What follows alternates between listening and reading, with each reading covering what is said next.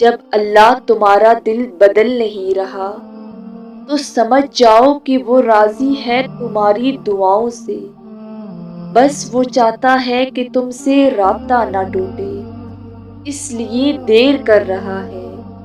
اسے پسند ہے ساری آوازوں میں سے تمہاری آواز، اسے پسند ہے تمہاری قربت، وہ بے خبر نہیں ہے تمہارے دل کے حال سے، وہ جانتا ہے تمہارے ہر درد سے اور ان بے آواز سسکیوں اور تمہاری آنکھوں میں درد کی شدت سے۔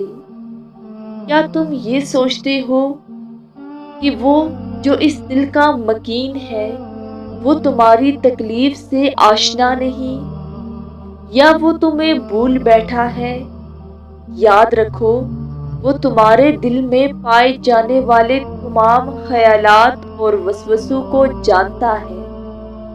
وہ جانتا ہے تمہاری نیند سے خالی راتوں کو، اس لیے گھبراؤ نہیں۔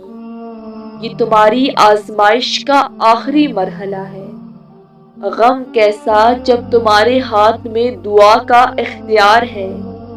یقین رکھو کہ تم جس سے آس و امید لگائے بیٹھے ہو وہ معجزوں کا بادشاہ ہے۔